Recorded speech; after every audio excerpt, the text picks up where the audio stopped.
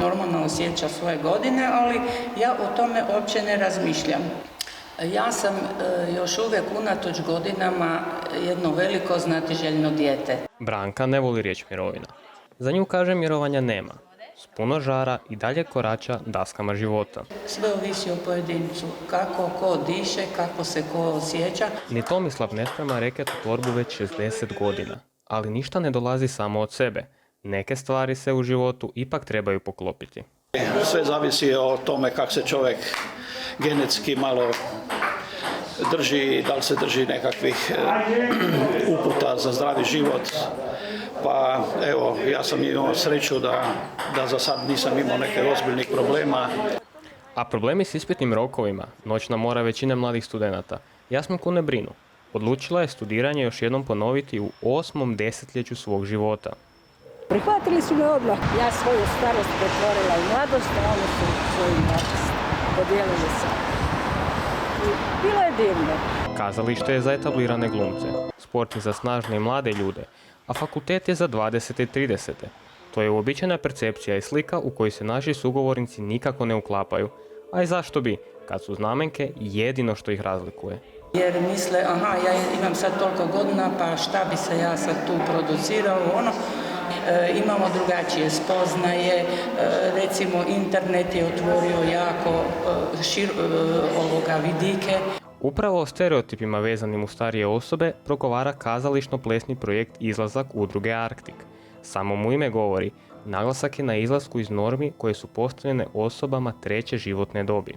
Redateljica predstave i autorica Vesna Mačković je meni u jednom našem radnom sastanku baš rekla kao da je poanta predstave za nju da ograničenja postoje samo u našoj glavi. To što su izvođačice pripadnice treće životne dobi ne znači da su one, da moraju biti nešto, odnosno da ne mogu biti nešto drugo. A da je netko drugi, a ne njihova kolegica iz klupe, mislili su i studenti religijskih znanosti kada je pokraj njih sjela gospođa Jasminka. Poslije su mi rekli da su mislili da sam ja nekakva inspekcija. Možda mi je bilo neobično što ja uvijek gledam da sjedim u prvoj klupi, u drugoj klupi, što bliže profesoru, onda sam im na kraju rekla, ako nisu već i prije shvatili, da bi ja više volila sjediti s njima malo dalje i možda u zadnjem redu, ali ja imam te slušne aparatiće koji mi ne omogućavaju baš onako kako bih ja htjela. Drugi indeks Jasminke je donio nova iskustva. Na novom fakultetu Jasminka se uvijek mogla našaliti s profesorima kada bi se susreli na hodniku. Prvi put je okusila i čari studentske menze, no poseban osjećaj bio je družiti se s mladim ljudima. Dijelila sam isto tako s njima onaj predispitni osjećaj. Koliko god sam ja 100-tinjak ispita dala u životu u stvari. Uvijek je ispit nešto posebno. Reket uz reket i posve ravnopravno s nešto mlađim igračima treniraju i stolno tenisači u sklopu sportskog rekreativnog centra Staro Trnje.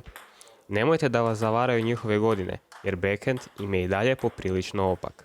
Ja sam stolni tenis počeo igrati kao dečec od 18 godina, a počeli smo se onda družiti malo, pa smo počeli igrati nekakva takmičenja u tom Sokazu, a sad već igramo 40 i nekoliko godina. To je, čovjek ima nekakve afiniteta prema sportu. Sportom se u Starom Trnju ne bave samo iz zabave. Uigrana ekipa često se natječe, ali su prvenstva zbog pandemije morali prekinuti. Meni puno znači, meni stvarno puno znači i mojim dečkima, jer to nije samo igranje, nego to je i druženje. Tomislav se sportom bavi od mladih dana i ne planira tako brzo stati, dok su Branka i Jasminka za svoje interese vremena našle tek u mirovini. Sad sam imala vremena, napustila sam i svoje planinarenje i sport, što sam se bavila tenisom, ništa, sad je bilo važno samo studiranje. I uzela sam religijske znanosti, kako sam već ovako u godinama. Ja sam se neke stvari htjela pojasniti. Što je čovjek, u što vjeruje, što mu je smisao u životu i što ga u stvari u životu vodi.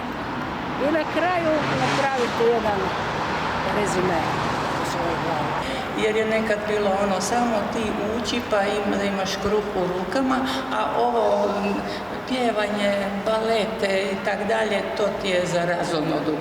Tako da sad ispunjavam sve ono što prije nisam stigla i to me veseli.